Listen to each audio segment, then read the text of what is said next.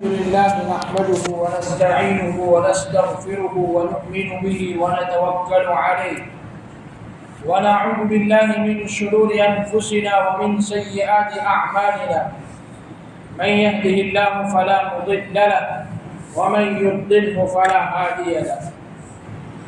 ونشهد أن لا إله إلا الله وحده لا شريك له ونشهد أن سيدنا ومولانا محمدا عبده ورسوله صلى الله تعالى عليه وعلى آله وأصحابه وأزواجه وذرياته وأهل بيته وبارك وسلم تسليما كثيرا كثيرا. أما بعد فأعوذ بالله من الشيطان الرجيم. بسم الله الرحمن الرحيم. وما تنقم منا إلا أن آمنا بآيات ربنا لما جاءتنا ربنا أفرغ علينا صبرا وتوفنا مسلمين. وقال تعالى في موطن آخر وما نقموا منهم إلا أن يؤمنوا بالله العزيز الحميد. صدق الله العظيم. محترم دوستوں اور بزرگوں، دینی اور ایمانی بھائیوں، اللہ تعالیٰ نے اس دھرتی کے اوپر اس کائنات میں انسان کو جو مقام عطا فرمایا ہے، انسان کو جو حیثیت عطا فرمائی ہے، انسان کو جو رتبہ عطا فرمایا ہے، انسان جس اعلیٰ معیار پر ہے، جس اونچے لیول پر ہے، کائنات میں اور کوئی مخلوق انسان کے نہ تو ہم پلہ ہے، نہ اس سے پہلے کوئی مخلوق بنائی گئی، نہ اس کے بعد کوئی مخلوق بسائی جائے گی. انسان کو اس دھرتی پر اور کائنات میں، پھر آسمان میں اور آسمان کے نیچے زمین پر سب سے بلند، سب سے اونچا رتبہ عطا کیا گیا. فرشتے اللہ کی عظیم الشان مخلوق ہیں. فرشتوں سے بھی اللہ نے سب سے اونچا رتبہ انسان کو عطا فرمایا. قرآن کریم میں اللہ تعالیٰ ارشاد فرماتا ہے وَلَقَدْ كَرَّمْنَا بَنِي آدم، ہم نے بنی آدم کو اعزاز عطا فرمایا.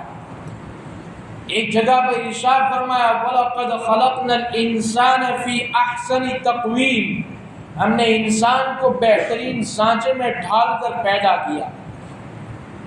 پھر انسان جب دنیا میں آیا، جب دنیا میں اس کو بسایا گیا، تو اللہ تعالیٰ نے دو راہیں اس کے سامنے ہموار کر دی. وَهَدَيْنَاهُ النَّجْدَيْنِ، ہم نے اس کو دو راہیں سکھا دی، دو راستے بتلا دیے، ایک ایمان کا راستہ اور ایک کفر کا راستہ. فَأَلْهَمَهَا فُجُورَهَا وَتَقْوَاهَا، ہم نے نیکی کی صلاحیت بھی اس کے اندر رکھ دی، برائیوں کو پہچاننے کی صلاحیت بھی اس کے اندر رکھ دی. اب انسان کے بس میں ہے کہ وہ ہدایت کے راہ کو اختیار کرتا ہے، ہدایت کے راستے کو اختیار کرتا ہے، یا ضلالت و گمراہی کے راستے کو اختیار کرتا ہے.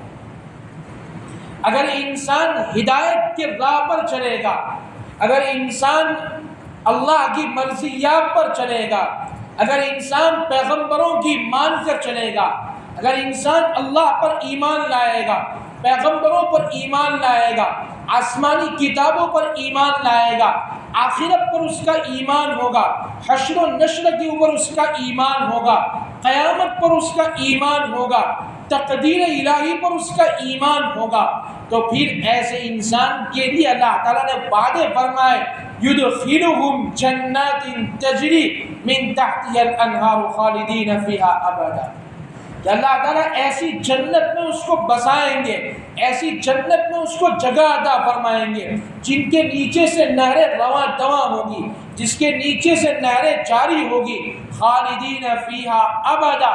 اور اس مومن کو، اس منعم علیہ بندوں کو اللہ تعالیٰ ایسی جنت میں بسائیں گے، اور اعلان کر دیا سرٹیفکیٹ کا، اعلان کر دیا سند کا، خالدین فیہا ابدا، ہمیشہ اسی جنت کے اندر رہنا ہے، ایک لمحے کے لیے، ایک گھڑی کے لیے، ایک ساعت کے لیے، ایک گھنٹے کے لیے، ایک دن کے لیے، ایک مہینے کے لیے، ایک سال کے لیے بھی اس کو جنت سے نہیں نکالا جائے گا۔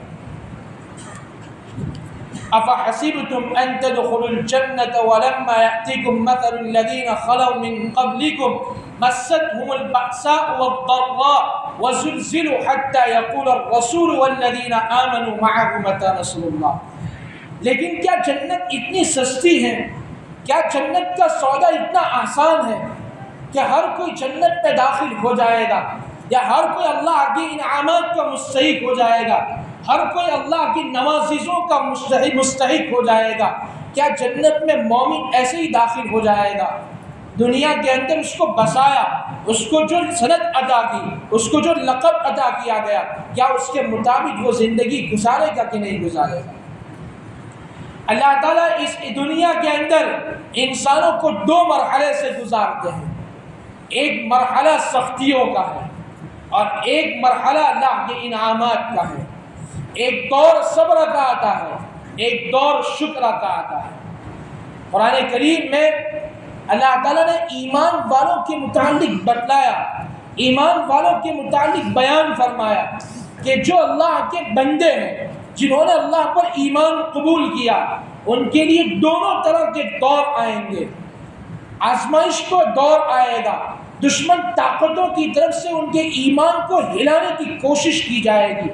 اس وقت اللہ تعالیٰ پرکھیں گے، اللہ تعالیٰ دیکھیں گے کہ ایمان پر ثابت قدم رہتا ہے کہ نہیں رہتا ہے، یہ ایمان پر جمتا ہے کہ نہیں جمتا ہے، اس کے دل میں ایمان پیوست ہوا ہے کہ نہیں ہوا ہے، اس کے دل میں ایمان راسخ ہوا ہے کہ نہیں ہے۔ اگر اس کو آزمایا جائے، امتحان لیا جائے، بھٹی میں اس کو سلگایا جائے اور طرح طرح کے ادوار سے اس کو گزرنا پڑے اور پہاڑوں کی طرح آزمائشیں اس کے اوپر ٹوٹنے لگے، جس طرح پتھروں کی بارش ہوتی ہے اس طرح آزمائشوں کا دور شروع ہو جائے، ایسے وقت میں اس کی زبان پر کون سا کلمہ ہوگا؟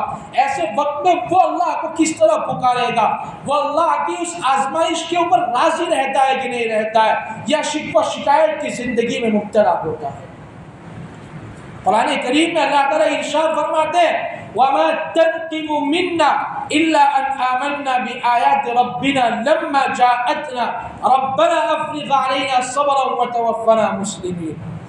کہ جن لوگوں نے پیغمبر کی دعوت کے اوپر لبیک کہا، پیغمبر کی دعوت کو قبول کر لیا، اللہ وحدہ لا شریک لہ کا عقیدہ دل میں بسا لیا، غیر اللہ کا انکار کر دیا، کہہ دیا اشہد ان لا الہ الا اللہ، کہ کوئی خالق نہیں، کوئی رازق نہیں، کوئی مالک نہیں، کوئی اولاد دینے والا نہیں، کوئی بگڑی بنانے والا نہیں، کوئی درخت کا پتا ہلا نہیں سکتا، کوئی آسمان سے ایک بوند ایک قطرہ پانی برسا نہیں سکتا، کوئی زمین سے پیداوار نکال نہیں سکتا، کوئی زمین سے چشمے بہا نہیں سکتا، کوئی باغات کو لہلا نہیں سکتا، کوئی پھلوں کے اندر وہ مٹھاس اور وہ شیرینی وہ خوشبو پیدا نہیں کر سکتا جو پھولوں کے اندر سے بھاگتی ہے، کوئی نہیں کر سکتا ہے یہ کام الا اللہ، سوائے اللہ کے۔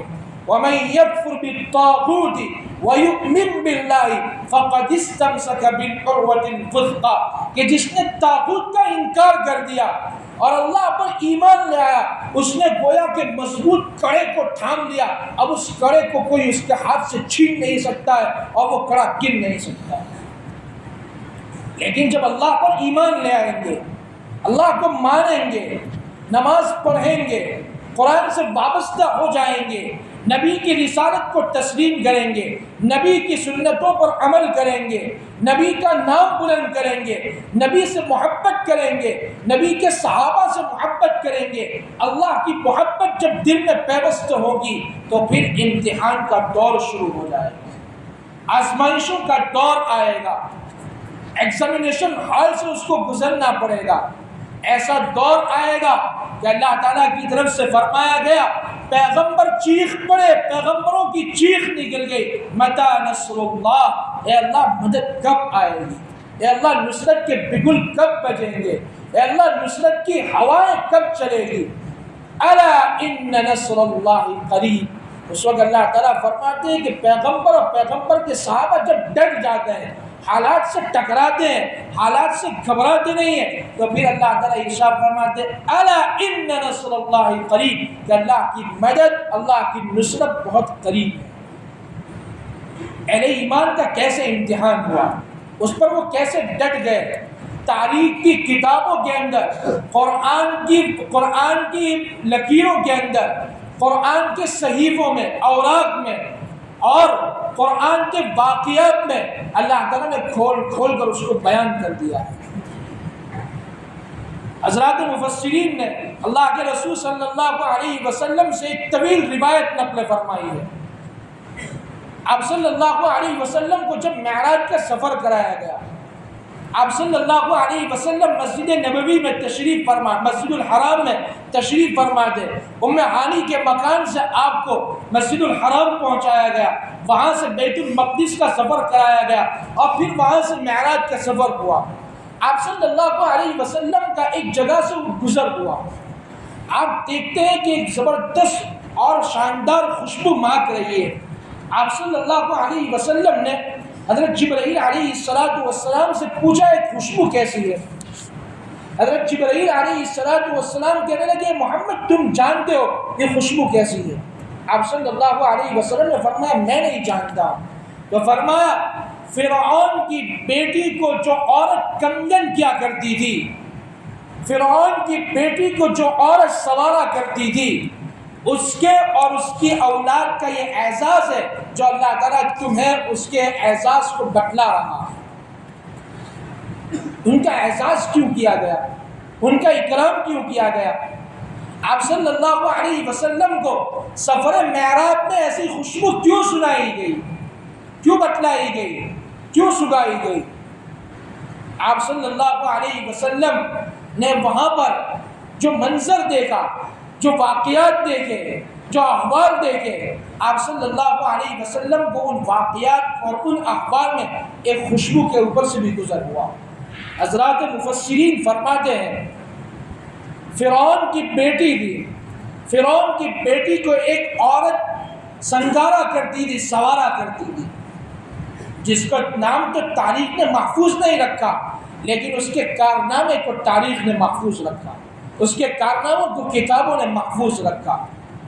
فرعون کی بیٹی کی مشاہدہ آرٹسٹ، کنگا سنوارنے والی، تیار کرنے والی، جس طرح دلہن کو سنوارا جاتا ہے، دلہن کو تیار کیا جاتا ہے، اس طرح فرعون کی بیٹی کو وہ عورت روزانہ سنگارتی تھی، سنوارتی تھی۔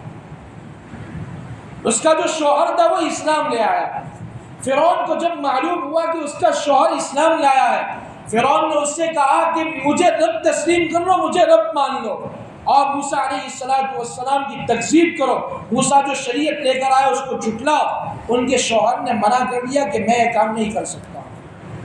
فرعون کا تو کام تھا، قرآن کریم ارشاد فرماتا ہے یذبح ابناءهم ویستحیی نساءهم، وہ تو تمہارے بچوں کو زندہ ختم کر دیا کرتا تھا، تمہاری عورتوں کو چھوڑ دیتا تھا۔ اللہ تعالیٰ نے تم پر احسان فرمایا۔ جب ان کے شوہر سے کہا گیا کہ موسیٰ علیہ السلام کی شریعت کا انکار کرو، اللہ وحدہ لا شریک لہ کو ماننا چھوڑ دو، مجھے رب تسلیم کرو، مجھے الہ مانو، مجھے کریٹر سمجھو، تو ان کے شوہر نے انکار کر دیا کہ یہ کبھی نہیں ہو سکتا ہے۔ اس نے اپنی صفا کی قاتلانہ جو روش تھی، اپنے چلادوں سے حکم کیا کہ اس کو ختم کر دیا جائے، اس کو اس دنیا سے مٹا دیا جائے۔ آنن فانن اس کے شوہر کو ختم کر دیا گیا۔ 5 بچے یتیم ہو چکے تھے، عورت بیوہ ہو چکی تھی۔ ایک مرتبہ اس کی بیوی اور فرعون کی بیٹی کی مشاہدہ اس کی بیٹی کو کنگا کر رہی تھی، کنگن اس کے ہاتھ سے چھٹک گئی، گر گئی، زمین پر گری، تو وہ کہنے لگی بسم اللہ، اللہ کا نام اس کی زبان سے نکل گیا۔ جیسے ہی اللہ کا نام اس کی زبان سے نکلنا تھا، فرعون کی بیٹی اس کی طرف متوجہ ہوئی۔ فرعون کی بیٹی کہتی ہے میرے باپ کے علاوہ بھی کوئی رب ہو سکتا ہے، میرے باپ کے علاوہ بھی کوئی خدا ہو سکتا ہے، میرے باپ کے علاوہ بھی کوئی مالک ہو سکتا ہے، میرے باپ کے علاوہ بھی کسی کی سلطنت ہو سکتی ہے، میرے باپ کے علاوہ بھی کسی کی حکومت ہو سکتی ہے، میرے باپ کے علاوہ بھی نظام اور کائنات کی قدرت کسی کو ہو سکتی ہے۔ شور برپا ہو گیا، اس کے اوپر ایک وحشت طاری ہو گئی، وہ ڈر گئی کہ اس کی زبان سے بسم اللہ کے الفاظ نکلے ہیں۔ اس کے باپ کو اطلاع دی کہ مجھے جو سنگانے والی عورت ہے اس کی زبان سے بسم اللہ کے کلمات نکلے ہیں۔ فرعون نے اس کو بلایا، بلانے کے بعد سمجھایا کہ تم بسم اللہ کہنا چھوڑ دو، رب کے اوپر ایمان لانا چھوڑ دو، تمہارے شوہر کا جو انجام ہوا، تمہارے شوہر کے ساتھ میں نے جو معاملہ کیا، اس سے خطرناک تمہیں سزا سے دوچار ہونا پڑے گا۔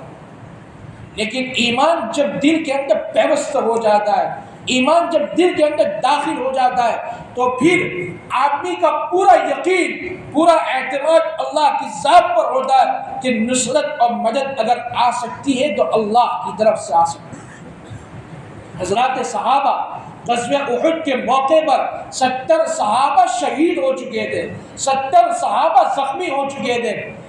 آپ صلی اللہ علیہ وسلم کے پاس آ کر کفار و مشرکین کے ایک ترجمان نے، اسپوک پرسن نے آ کر بتلایا ابو سفیان تم سے مقابلے کی تیاری کر رہا ہے۔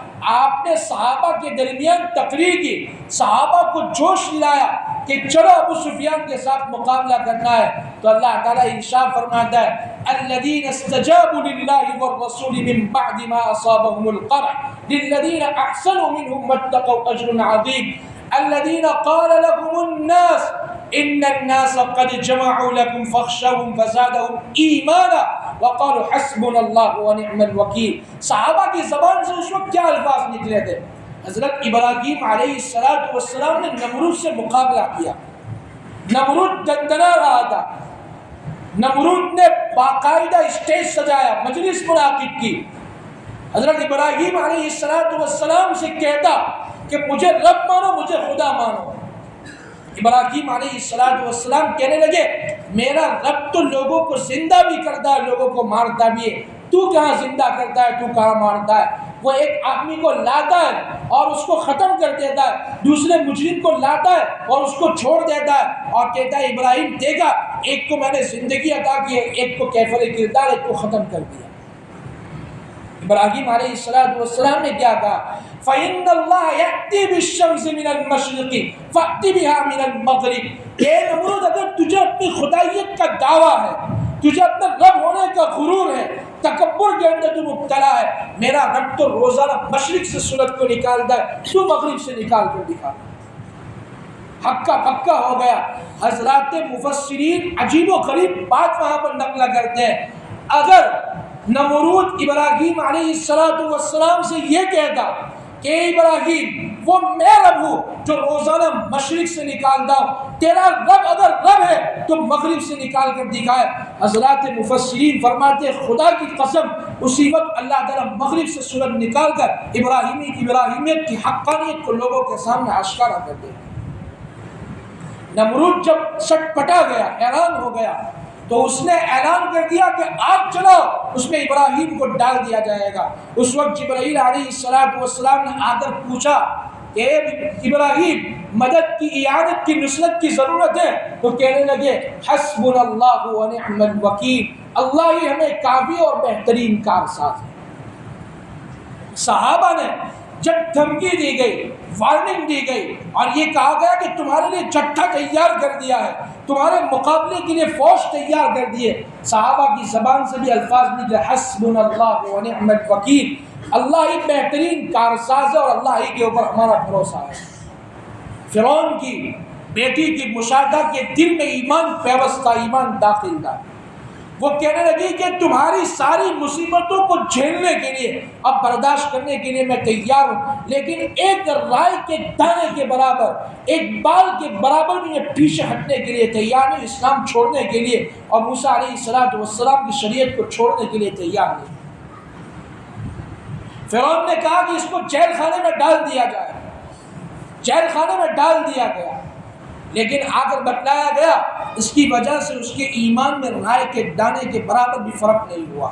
وہ اذیتیں جھیلتی رہی، وہ تکلیفیں برداشت کرتی رہی لیکن ایمان کے اوپر مضبوطی سے ڈٹی ہوئی ہے. ان الذين قالوا ربنا الله ثم استقاموا تتنزل عليهم الملائكة الا تخافوا ولا تحزنوا وابشروا بالجنة التي كنتم توعدون. پھر فرعون نے ان کو نکالنے کے بعد کہا ایک بڑی ہانڈی میرے سامنے لائی جائے. بڑی ہانڈی لائی گئی, اس میں تیل چھڑکا گیا, تیل چڑھایا گیا. جب کھولتا ہوا تیل نظر آیا تو فرعون نے کہا کہ اس کے جو 5 چھوٹے چھوٹے بچے اس کو میرے سامنے لے آئے. 5 چھوٹے چھوٹے بچوں کو ان کے سامنے پیش کر دیا گیا. فرعون نے کہا کہ دیکھو عبرتناک سزا دوں گا. کہا کہ جو کرنا ہو کر لو. اس کے پہلے بیٹے کو اس سے چھینا جاتا ہے اور فرعون اور اس کے جلاد اس کو پکڑ کر اس ہانڈی کے اندر پھینک دیتے ہیں. ہانڈی کے تیل کے اندر چھوٹے بچے کے اعضاء تیرتے ہوئے نظر آ رہے ہیں. ماں سب کچھ دیکھ رہی ہے.